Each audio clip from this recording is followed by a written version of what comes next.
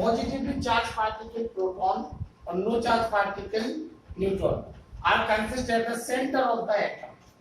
Positively charged particle proton and no charge particle neutron. देखिए total proton total neutron consist at the center of the nucleus, a center of the atom. ठीक है, this place is known as nucleus. इस place को क्या बोलते हैं? Nucleus. जिस place पर टोटल एक सेंटर में वेरी स्मॉल प्लेस पर वेरी स्मॉल रीजन पर पॉजिटिव चार्ज पार्टिकल और नो चार्ज पार्टिकल प्लेस्ड होते हैं. But negatively charge particle electron revolve around the nucleus. Negative charge particle, ठीक है, electrons revolve around the nucleus in different orbit. देखिए जैसे first orbit है 2 electrons, या सेकंड ऑर्बिट में 8 electrons, third orbit, fourth orbit, fifth orbit. समझिए the electrons which are close to the nucleus. Nucleus के जो पास में होते हैं इलेक्ट्रॉन्स, जो वेरी क्लोज होते हैं न्यूक्लियस के बिल्कुल पास में होते हैं, ठीक है, जैसे फर्स्ट सेकंड थर्ड या नियर मोस्ट ऑर्बिट के are bonded with heavy attraction force. ये इलेक्ट्रॉन्स कैसे हेवी अट्रैक्शन फोर्स से बॉन्डेड होते हैं. सारे इलेक्ट्रॉन्स पर क्या होता है? हेवी अट्रैक्शन फोर्स होता है. जितने भी जो आपके इलेक्ट्रॉन्स हैं नियर बाय ऑर्बिट जो होते हैं वो सारे इलेक्ट्रॉन क्या होता है? हेवी अट्रैक्शन फोर्स से बॉन्ड होते हैं. These electrons are known as bond electron. क्या कहलाते हैं ये? Bond electrons.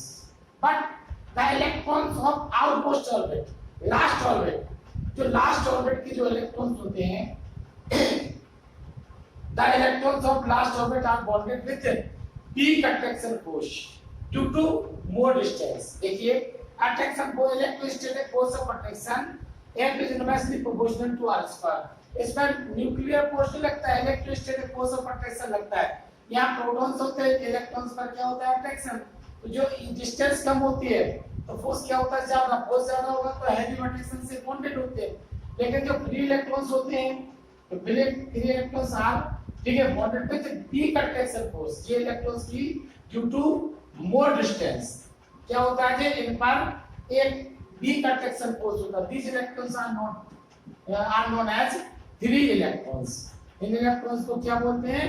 जो इलेक्ट्रॉन्स, ठीक है, आउटमोस्ट या अपन के far from the nucleus, nucleus से ज्यादा डिस्टेंस पर होते हैं वो इलेक्ट्रॉन्स, ठीक है, वीक अट्रैक्शन फोर्स से बॉन्डेड होते हैं.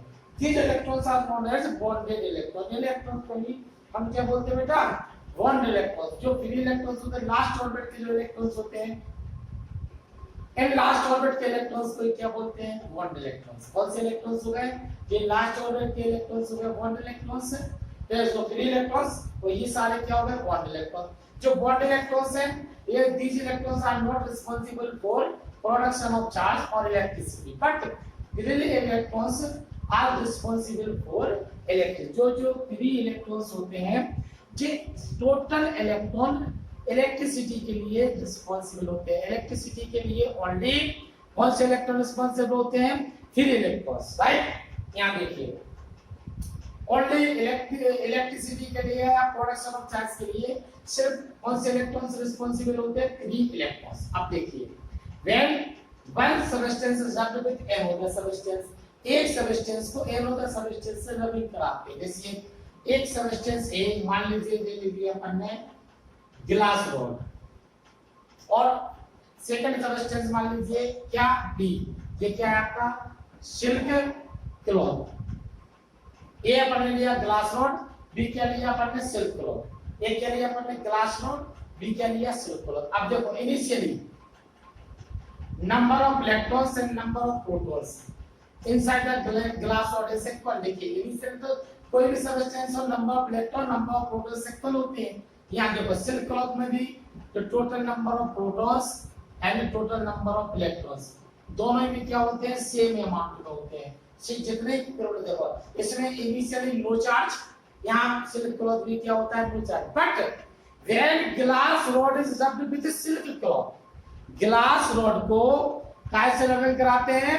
Glass rod is rubbed with silk cloth, then 3 electrons leave from the glass rod.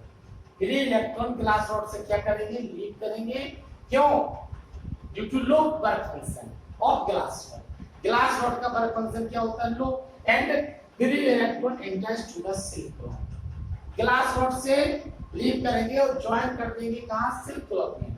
तो देखो when glass rod is rubbed, जैसे ये ग्लास रॉड है, ये सिल्क क्लॉथ, तो glass rod is rubbed with silk cloth, then free kinetic energy of free electrons increases and free electron leave from the glass rod and enters to the silk cloth, join to the silk cloth, and the glass rod becomes, क्या हो जाता है, loss of electrons। क्या हो जाता है, इलेक्ट्रॉनों की कमी, right, loss due to loss of electron. अब ध्यान देखो, लॉस ऑफ इलेक्ट्रॉन हो जाएंगे तो जितने इलेक्ट्रॉन्स थे सेम अमाउंट ऑफ प्रोटॉन को तो डिफ्यूज कर देंगे, लेकिन दो प्रोटॉन्स क्या हो जाएंगे, एक्टिव। सो ग्लास रॉड क्या हो जाती है, बिकम्स पॉजिटिव। ग्लास रॉड में क्या हो जाता है, अपने आप पॉजिटिव चार्ज प्रोड्यूस हो जाता है, प्रोडक्शन हो जाता है। लेकिन अब यह सिल्क क्लॉथ देखेंगे, सिल्क क्लॉथ में क्या हो जाएंगे, extra free electrons. Silk cloth में क्या है, extra free electrons, right, extra हो जाएंगे। तो सिल्क क्लॉथ क्या हो जाएगा, gain the free electrons, so it becomes negative charge. यानी कि जितने अमाउंट में ग्लास रॉड में पॉजिटिव चार्ज और सेम अमाउंट में सिल्क क्लॉथ पर कौन सा चार्ज हो जाता है, नेगेटिव चार्ज। अब इसका मेन रीजन हमने बताया ये क्यों हो जाता है, ग्लास रॉड से सिल्क क्लॉथ में ही क्यों इंटरेस्ट करते हैं, जो हमने आपको सुबह बताया था, ठीक है, ऑनलाइन क्लास में, कि back function of glass rod is low comparison to silk cloth, right. So free electron leave from the glass rod and enters to the silk cloth। अब वर्क फंक्शन बताएंगे, इससे पहले हम एक एग्जांपल और देखेंगे, फिर हम आपको बताते हैं वर्क फंक्शन। क्या बताते हैं आपको, वर्क फंक्शन। यहाँ देखो, मान लीजिए अपन ने लिया एवोनाइट रॉड और एक तरफ लिया अपन ने वूलन क्लॉथ। यहाँ देखो, ebonite rod and woollen cloth. अब initially number of electrons and number of protons are equal. देखिए इन इस सब्सटेंस को देखिए, मान लीजिए नंबर ऑफ इलेक्ट्रॉन्स ये एवोनाइट रॉड से है, सेम अमाउंट में इलेक्ट्रॉन सेम अमाउंट में देखिए, और ये हो जाएगा आपका क्या, वूलन क्लॉथ। इसमें भी नंबर ऑफ इलेक्ट्रॉन्स और नंबर ऑफ प्रोटॉन्स कैसे होते हैं, इक्वल होते हैं, right.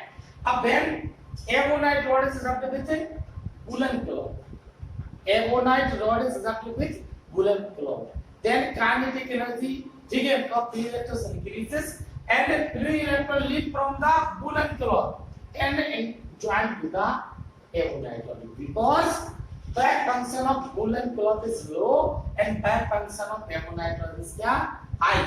So electron leave from the low back function to high back function। So woollen cloth क्या हो जाएगा, becomes क्या, loss of free electrons, so it becomes positive। Woollen cloth क्या हो जाता है, पॉजिटिव हो जाता है, and एवोनाइट रॉड becomes क्या, excess electron, gain of electrons, क्या हो जाता है, इसमें एक्स्ट्रा इलेक्ट्रॉन्स हो जाती है।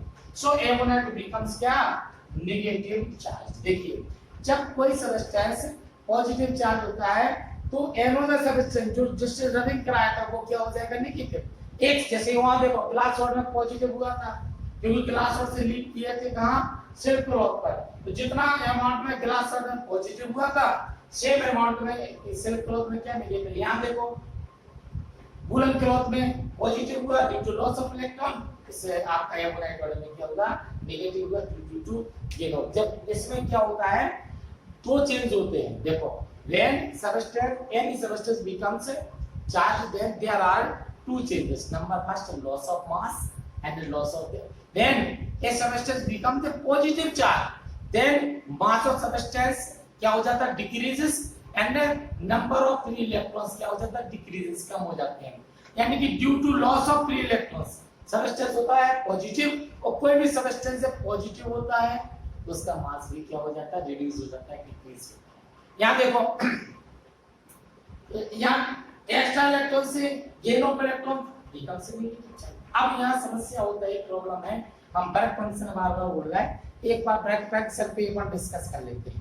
वर्क फंक्शन समझना, वर्क फंक्शन जैसे अभी अपन ने देखा कि हमने अभी बार कौन से बोला कि ग्लास रॉड से सिल्क क्लॉथ में फ्री इलेक्ट्रॉन्स लीक करते हैं, सिल्क क्लॉथ से ग्लास रॉड में नहीं। या ऐसा क्यों ऐसा होता है कि इसके लिए एक फिक्स सब्सटेंस ही सिलेक्ट करते हैं। बहुत सिंपल, देखो यहाँ देखिए, पहले हम डिस्कस करते हैं वर्क फंक्शन। यहाँ समझिए क्या डिस्कस करते हैं अपन, वर्क फंक्शन। वर्क फंक्शन यहाँ समझिए,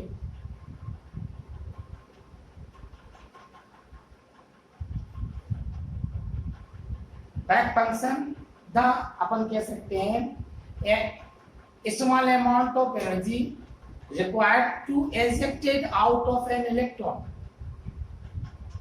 from the metallic surface without giving the kinetic energy। समझना, यहाँ देखो जैसे सब्सटेंस ए, ये एटम है कोई भी सब्सटेंस का, अब इसके लास्ट ऑर्बिट में है आपके ये आपके 3 electrons, but 3 electrons bonded with weak attraction force but they have not sufficient amount of energy to eject it out from the metal। मतलब फ्री इलेक्ट्रॉन्स को लास्ट ऑर्बिट के जो फ्री इलेक्ट्रॉन्स होते हैं, जो उसके फ्री इलेक्ट्रॉन्स होते हैं, ये फ्री इलेक्ट्रॉन्स पता वीक अट्रैक्शन फोर्स से तो बॉन्डेड होते हैं। ये सारे फ्री इलेक्ट्रॉन्स कैसे बॉन्डेड होते हैं, वीक अट्रैक्शन फोर्स से तो क्या होते हैं बॉन्डेड, बट उनको सफिशिएंट अमाउंट ऑफ एनर्जी की रिक्वायरमेंट होती है थोड़ी सी, मतलब ये इनके पास इतनी एनर्जी नहीं होती है कि ये एजेक्टेड आउट हो सके। समझना, इनके पास जो जितने भी एटम्स हैं उसमें फ्री इलेक्ट्रॉन जो लास्ट ऑर्बिट के इलेक्ट्रॉन्स होते हैं, ठीक है, आउटमोस्ट ऑर्बिट के इलेक्ट्रॉन्स होते हैं, वो एक्चुअली फ्री इलेक्ट्रॉन्स तो होते हैं बट एक वीक अट्रैक्शन फोर्स से क्या होते हैं, बॉन्डेड होते हैं। मतलब they have no sufficient amount of energy, ठीक है, to leave the atom, but if small amount of energy given, माने कहीं से भी एनसी से एच न्यू एनर्जी, एच के प्लांट कांस्टेंट पेपर सीओटी वो बताएंगे, एनर्जी गिवन करते हैं तो kinetic energy of free electrons क्या हो जाती है, increases and free electron leave from the surface of any substance. This small amount of energy is known as work function. Small amount of energy को ही क्या बोलते हैं, वर्क फंक्शन, लेकिन इसको सिर्फ लीव करते हैं, काइनेटिक एनर्जी इनकी क्या होती है, इलेक्ट्रॉन्स की 0 होती है। या समझना, अब देखिए समझना, तो ये क्या होती है आपकी work function, the small amount of energy या minimum amount of energy required to ejected out of an electron from the metallic surface या surface of any substance without giving the kinetic energy. Substance को kinetic energy नहीं देते थे, जैसे electron सिर्फ leave करेगा, मतलब एजेक्टेड आउट होगा, बाहर निकलेगा, लेकिन स्पीड में मोशन में नहीं होगा, सिर्फ क्या हो जाएगा, एजेक्टेड आउट हो जाएगा। बट ये इसके नियरेस्ट कोई सेकंड सब्सटेंस है तो उसमें क्या हो जाएगा, डिपॉजिट हो जाएगा। ये है लो बैक फंक्शन। अगर लो बैक फंक्शन है, बैक फंक्शन समझ में आ गई, तो small amount of energy required to ejected out, ठीक है, an electron from the surface of any substance without giving the kinetic energy is known as work function। Work function is represented by it is a energy, so its SI unit is क्या, joule।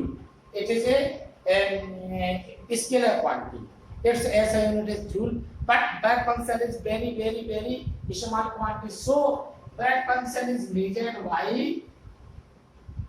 electron volt। कैसे major करते हैं, EV से।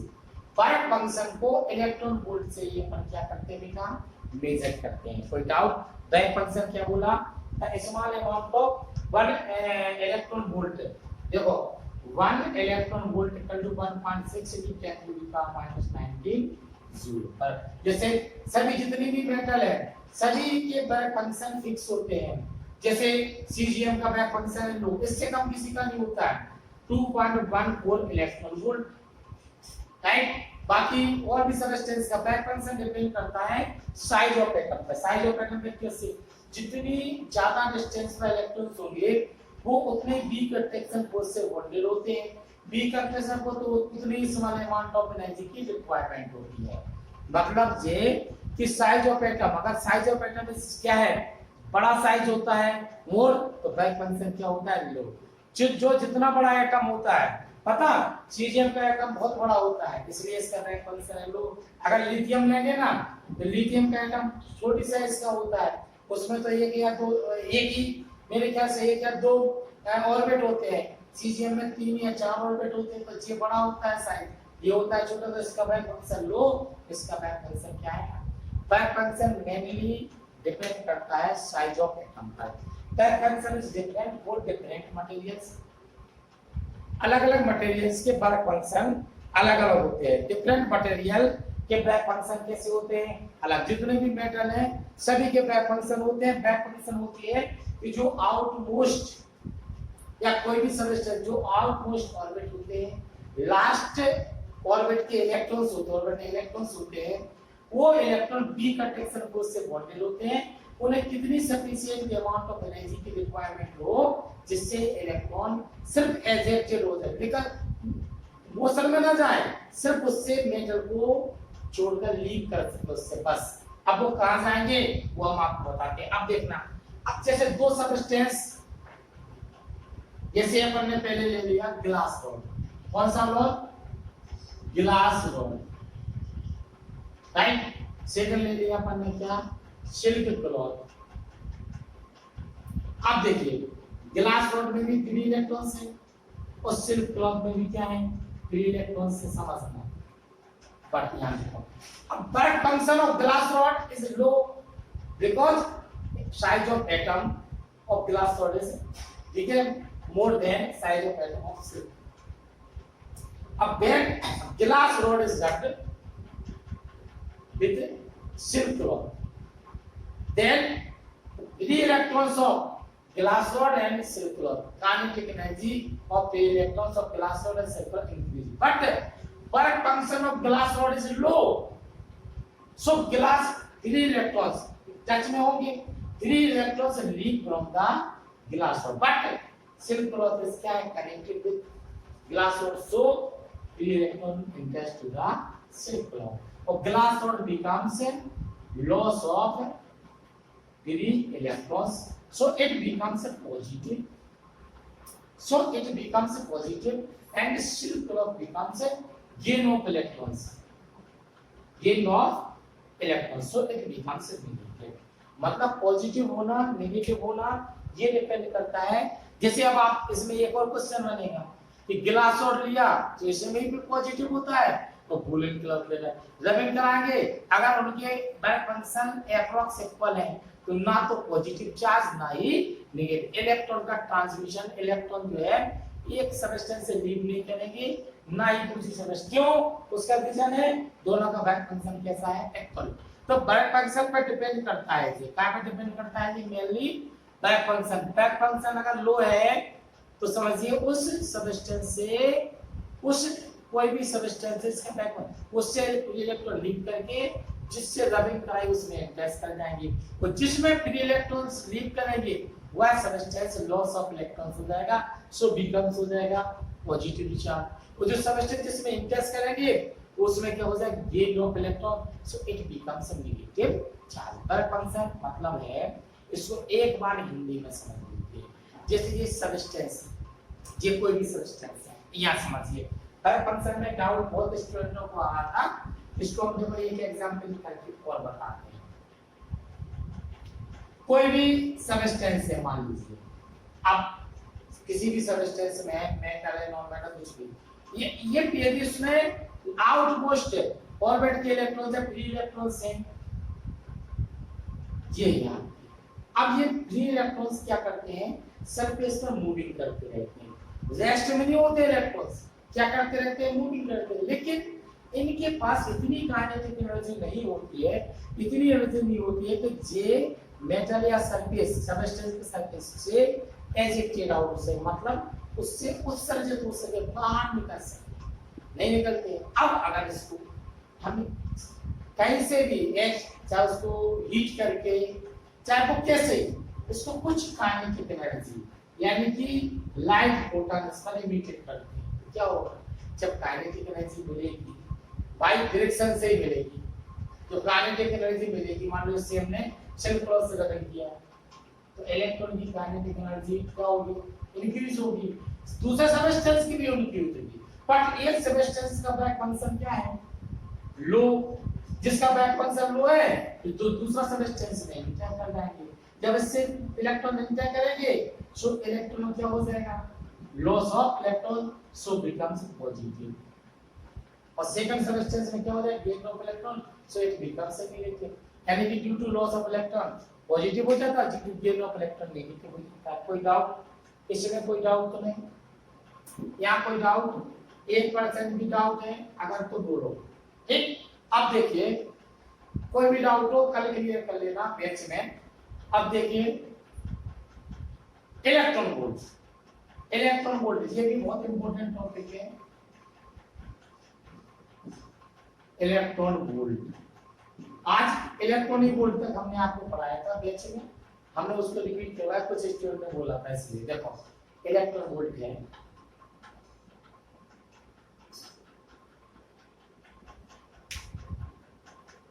the energy gain by an electron when it is free for it is oscillating into the 1 volt potential difference, मतलब जैसे कोई free electrons 1 volt potential difference में acylation में है, मोशन में होता है, तो इसके द्वारा जो एनर्जी गेन होती है, समझ में आ रही, एनर्जी की अपन उसको ऐसा बोल सकते हैं, एनर्जी रिक्वायर्ड, जरूरत होती है, जैसे मोटरसाइकिल चलाने के लिए हमें एनर्जी की रिक्वायरमेंट होती है, तभी तो मोशन में आएगी। पेट्रोल, हमें कोई भी मोशन के लिए, जैसे अपन आपका ह्यूमन अपन जो है अपने पास जब एनर्जी होगी ना, जैसे अपन खाना खाते हैं उससे एनर्जी, तभी तो अपन मोशन में पहुंच पाते हैं, ऐसी तो जो उसकी एनर्जी रिक्वायर्ड होती है ना, एनर्जी गेन होती है, एनर्जी रिक्वायर्ड होती है, कुछ भी बोल सकते हैं उसको, वो एनर्जी जब इलेक्ट्रॉन एसिलेटेड होगा 1 वोल्ट पोटेंशियल डिफरेंस में, 1 वोल्ट पोल, तो उस एनर्जी को बोलते हैं 1 electron volt. The energy gain by an electron when it is oscillating into the 1 volt potential difference is known as electron volt.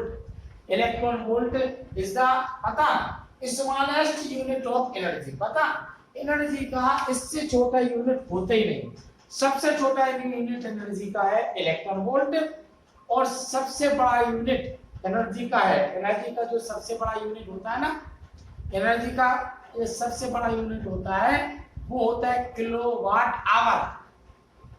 जो बिजली का बिल आता है वो किलोवाट आवर के बेस पे आता है कि आपकी बिजली 4 रुपया यूनिट या 5 रुपए यूनिट, जो यूनिट होते हैं वो किलोवाट, वो मैकेनिकल यूनिट, उससे इलेक्ट्रिक की जो पावर है वो मेजर करते हैं कितनी एनर्जी का लॉस हुआ है, राइट, तो वो करते हैं, तो इलेक्ट्रॉन वोल्ट है, वो है आपका किलोवाट आवर। तो स्मॉलेस्ट यूनिट क्या हो गया, इलेक्ट्रॉन वोल्ट, पता यहाँ 1 इलेक्ट्रॉन वोल्ट, यहाँ देखिए 1 electron volt equal to 1.6 into 10 to the power -19 joule. इसमें एक और तो होता है मिलियन इलेक्ट्रॉन वोल्ट, देखो 1 million electron volt, 1 MeV 1.6 into 10 to the power -19 into 10 to the power 6, so 1.6 into 10 to the power -13 joule। 1 billion electron volt 1 BeV equal to 1.6 into 10 to the power -19 into 10 to the power 9, यानी कि 1.6 into 10 to the power -10 joule. देखिए ये connection हो गया। Electron volt क्या हमने बोला, smallest unit. इस इलेक्ट्रॉन वोल्ट केवल हम वर्क फंक्शन ही मेजर करते हैं या इलेक्ट्रॉन इमिशन को ही मेजर करते हैं, वर्क फंक्शन की जाते हैं क्योंकि very very very small quantity होता है, सबसे छोटा इसके लिए। मोस्टली अगर नेचर में भी लें, कोई अल्फा पार्टिकल के लिए निकालें या इलेक्ट्रॉन के लिए, प्रोटॉन के लिए निकालते हैं ना, तो इसमें आपका electron volt, million electron volt है, बिलियन इलेक्ट्रॉन वोल्ट है। इलेक्ट्रॉन वोल्ट क्या बताया आपने, देखिए एक दफा हम जो दो डेफिनेशन बता देते हैं अच्छे से समझिए, बिल्कुल स्लो स्लो समझिए। The minimum amount of energy required to ejected out of an electron from the surface of any substance is known as bulk function. It is represented by phi. ठीक है, it is a scalar quantity. Bulk function is a amount of energy, so its assignment is joule. But back function क्या होता है? Is a small amount of quantity. So back function is measured by electron volt. क्या है? Back function को कहां से major करते हैं? Electron volt. समझना? बैक फंक्शन डिपेंड्स सिर्फ only the size of atom. Atom की साइज मोर है तो बैक फंक्शन क्या होता है? लो। तो साइज ऑफ इलेक्ट्रॉन एटम क्या है? इस क्या है? लेस है तो बैक फंक्शन क्या होगा? हाई। जो एटम जितना बड़ा होगा उसका बैक फंक्शन उतना ही ज्यादा होगा, राइट? सेकंड है आपका electron volt. The energy gain या kinetic energy बोल सकते हैं gain by an electron when it is accelerating into the 1 volt potential difference. 1 volt potential difference में accelerating होता है is known as 1 electron volt. Electron volt is the unit of energy. It is the smallest unit of energy. Electron volt क्या है? Smallest unit of energy. That is all. Without ठीक।